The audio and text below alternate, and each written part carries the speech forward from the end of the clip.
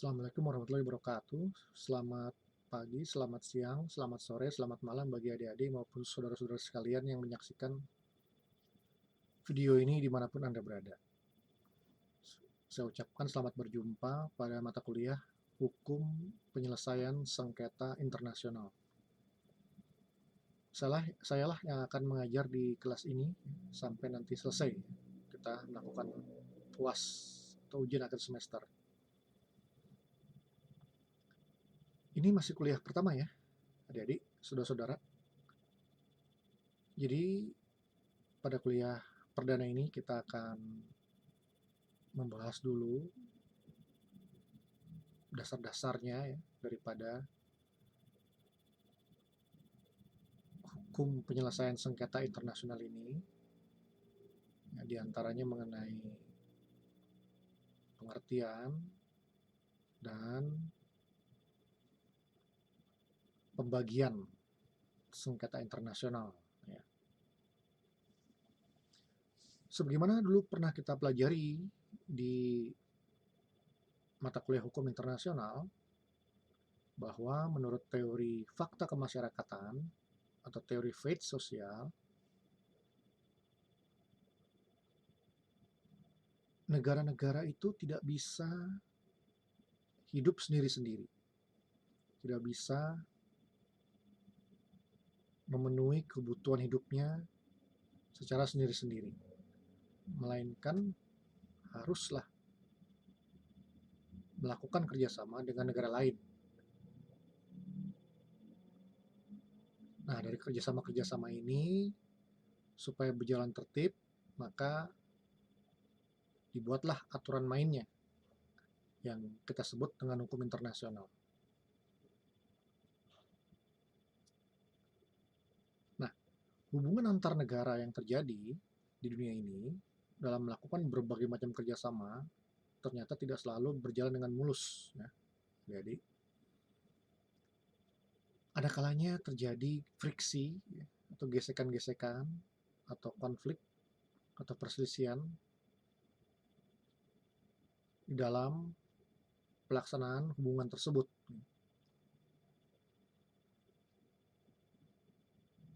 Nah, perselisihan, konflik juga bisa kita sebut dengan sengketa.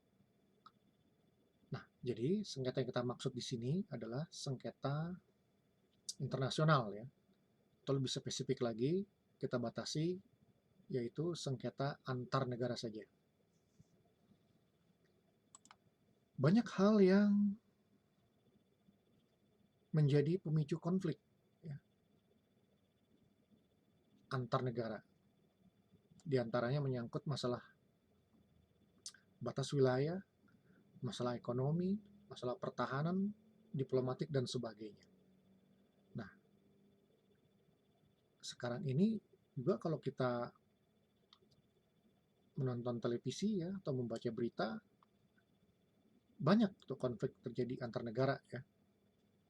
Seperti misalnya sekarang ini yang sedang hangat yaitu sengketa batas wilayah antara Cina dengan India.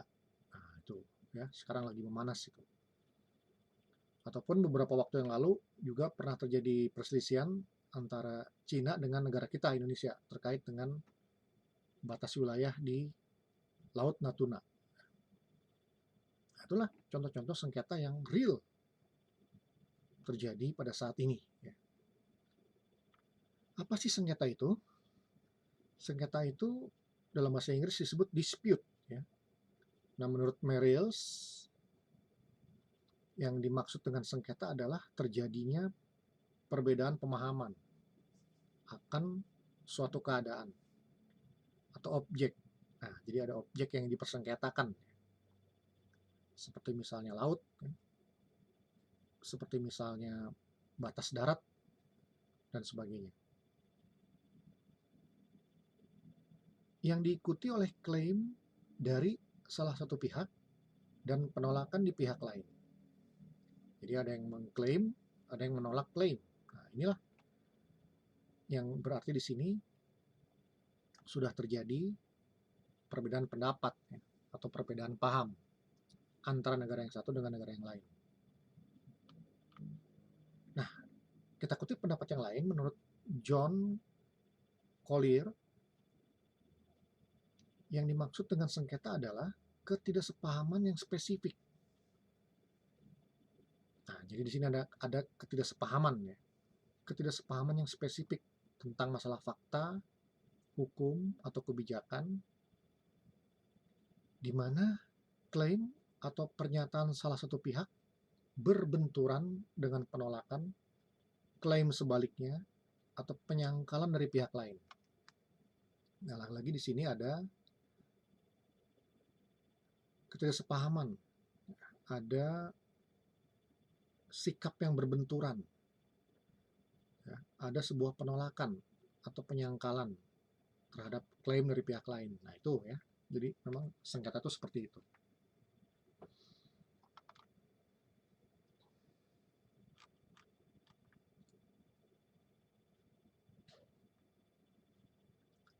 Nah, pada prinsip dasarnya ya, dalam literatur,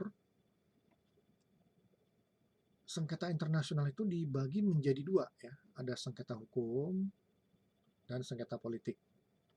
Walaupun nggak gampang juga ini kita menarik garis yang tegas ya, menarik benang merah antara sengketa hukum dan sengketa politik. Karena dalam kenyataannya ini sering bersinggungan ya, sering ada persentuhan ya, ada mix antara sengketa hukum dengan sengketa politik. Tapi secara teoretik oke lah, tidak masalah kita mencoba membedakannya antara keduanya. Yang pertama adalah sengketa hukum. Apa itu sengketa hukum? Yang dimaksud dengan sengketa hukum adalah perbedaan paham atau perbedaan pendapat tentang sesuatu hal yang didasarkan kepada hukum internasional. Nah, jadi dasarnya HI, ya. Pijakannya HI. Misalnya, perbedaan paham mengenai garis batas wilayah.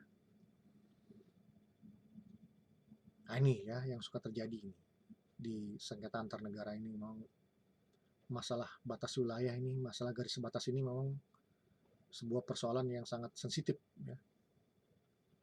Apalagi kalau sebelumnya perjanjiannya itu tidak jelas, atau ada perjanjian yang sudah dibuat tapi dilanggar. Nah, ini bisa rentan menimbulkan konflik. Yang kedua adalah sengketa politik ya. Apa itu sengketa politik? Yang dimaksud dengan sengketa politik adalah perbedaan paham atau perbedaan pendapat tentang kepentingan nasional yang harus diselamatkan atau dipertahankan.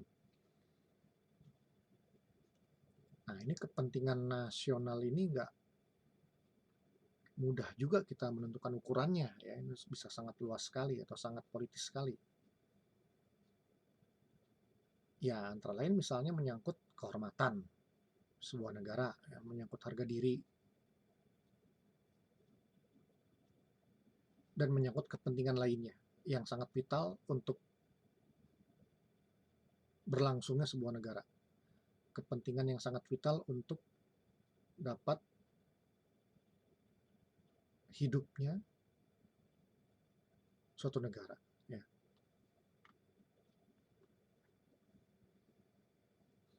Nah, tadi seperti saya katakan, memang tidak mudah menarik garis tegas antara sengketa hukum dengan sengketa politik. Ya. Dalam praktek ini, keduanya ini saling bertumpang tindih seringkali. Ya. Oleh sebab itu, pengertian sengketa internasional yang pada umumnya dijadikan acuan atau dijadikan standar adalah sebagaimana yang dikemukakan oleh Mahkamah Internasional. Nah, ini menjadi standar umum dalam kita mengartikan, mendefinisikan, atau memahami tentang sengketa internasional. Nah, Mahkamah Internasional dalam salah satu putusannya berpendapat bahwa sengketa internasional adalah semua sengketa yang dapat diselesaikan dengan menggunakan prinsip-prinsip hukum internasional. Nah, saya ulangi, Sengketa internasional adalah semua sengketa yang dapat diselesaikan dengan menggunakan prinsip-prinsip hukum internasional. Nah, jadi kalau kita lihat di sini, definisi sengketa internasional yang dikemukakan oleh Mahkamah Internasional ini cukup luas ya. Semua sengketa yang dapat diselesaikan dengan menggunakan prinsip HI. Ya, berarti ini bisa banyak sekali yang bisa masuk ke sini ya. Baik itu sengketa hukum sudah jelas ya, termasuk juga sengketa politik pun bisa diselesaikan dengan menggunakan prinsip-prinsip dalam hukum internasional. Sehingga secara singkat dapat kita katakan suatu sengketa internasional itu mungkin saja mengandung dua-duanya, baik itu aspek hukum maupun aspek politik sekaligus.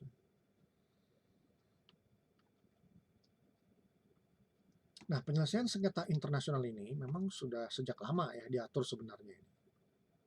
Sejak tahun 1800-an ya. Konvensinya itu muncul. Di antaranya adalah Konvensi Den Haag tahun 1899 dan 1907 ya, tentang penyelesaian sengketa internasional secara damai. Nah, ini merupakan konvensi yang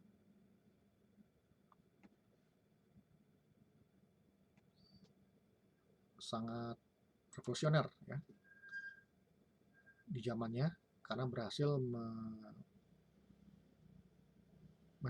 membentuk sebuah prinsip-prinsip penyelesaian sengketa internasional secara damai melalui sebuah aturan,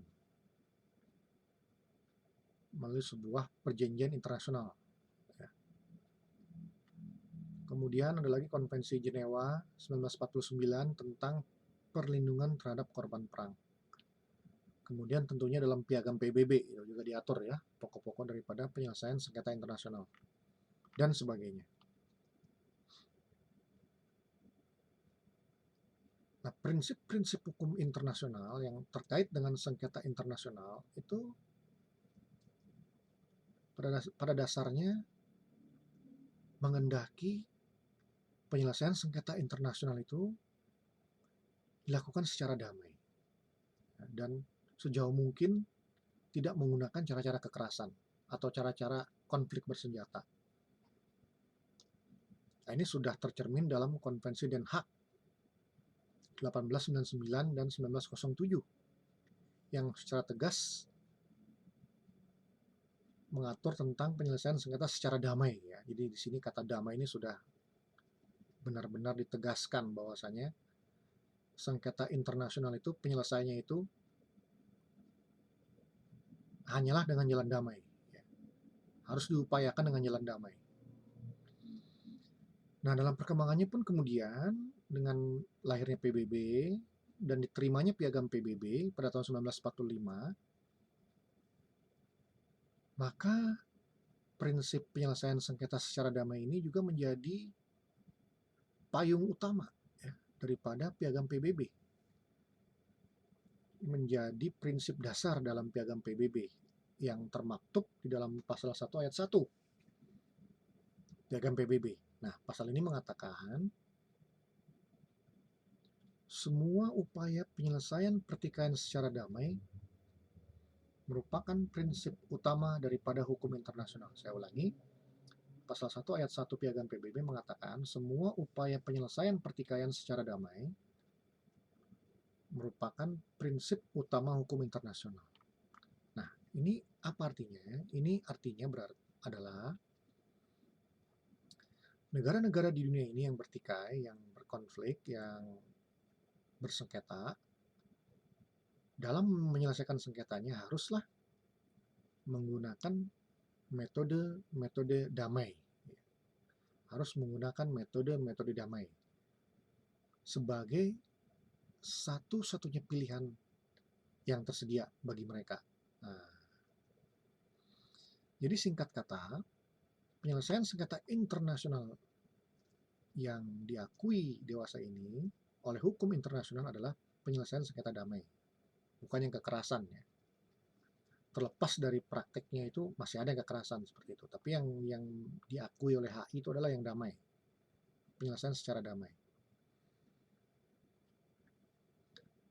Nah, penyelesaian sengketa secara damai ini harus dilakukan demi tercapainya perdamaian dan keamanan internasional, sebagaimana diamanatkan oleh pasal 2 ayat 3 Piagam PBB. Nah, sehingga ada juga yang mengatakan dengan lahirnya Piagam PBB, maka penggunaan kekerasan atau perang itu sudah diharamkan ya, dalam praktek hubungan di masyarakat internasional. Kalau dalam bahasa Ian Brownlee ya, Ian Brownlee ini salah satu pakar HI, beliau mengatakan bahwa upaya-upaya damai merupakan satu-satunya cara yang tersedia. Nah, begitu kata Brownlee. Ya, memang kadangkala ya, penggunaan kekerasan itu sulit dihindarkan. Ya. Kadang-kadang terpaksa harus menggunakan cara-cara kekerasan. Nah, penggunaan kekerasan ini walaupun pada prinsipnya sudah dilarang, tapi dalam kondisi-kondisi yang sangat darurat, ya, yang sangat emergensi, ini dimungkinkan. Hanya dimungkinkan, ya, jadi penyelesaian sengketa secara kekerasan ini atau penggunaan kekerasan ini hanya dimungkinkan dalam keadaan tertentu. Nah, ya, dalam keadaan tertentu. Yakni dalam hal self-defense ya, atau membela diri. Nah, jadi memang terpaksa. Kalau tidak membela diri, ya hancur. Ya. Oleh karena itu tidak ada jalan lain selain harus membela diri, dan pembelaan diri ini gak ada jalan lain selain melakukan kekerasan atau menggunakan kekerasan seperti konflik bersenjata. Tapi penggunaan kekerasan ini pun ada syaratnya. Ya. Selain tadi dalam kondisi membela diri, ada syarat lain juga, yaitu apabila mendapatkan otorisasi, mendapatkan izin dari Dewan Keamanan PBB. Nah, barulah boleh digunakan. Jadi itulah adik-adik ya, pengertian daripada sengketa internasional. Ya, di sini kita batasi sengketa antar negara ya. Kemudian pembedaannya ya, ada sengketa hukum, sengketa politik. Walaupun dalam prakteknya tidak mudah membedakan ya. Dan Mahkamah Internasional pun menggunakan definisi yang sangat luas untuk mengartikan sengketa internasional ini. Sehingga kalau kita melihat definisi dari Mahkamah Internasional itu, maka itu mencakup ya, menjaring baik sengketa hukum maupun sengketa politik. Nanti dalam kuliah yang berikutnya kita akan mulai membahas bagaimana sih cara-cara penyelesaian sengketa internasional itu ya, terutama yang secara damai. Itu yang kita fokuskan ya. Secara kekerasan kita akan membahas, tapi nanti itu sekilas saja, tidak akan kita bahas secara detail ya. Yang kita gali, yang kita bedah secara mendalam adalah penyelesaian sengketa internasional yang secara damai ya. Baik ya, saya kira untuk pengantar cukup dulu untuk hari ini ya. Ini sebagai pemanasan dulu. Nanti kita lanjut lagi di perkuliahan minggu depan ya. Kita sudah mulai membahas cara-cara penyelesaian. Lebih kurangnya mohon maaf. Wassalamualaikum warahmatullahi wabarakatuh. Selamat pagi, selamat siang, selamat sore, dan selamat malam.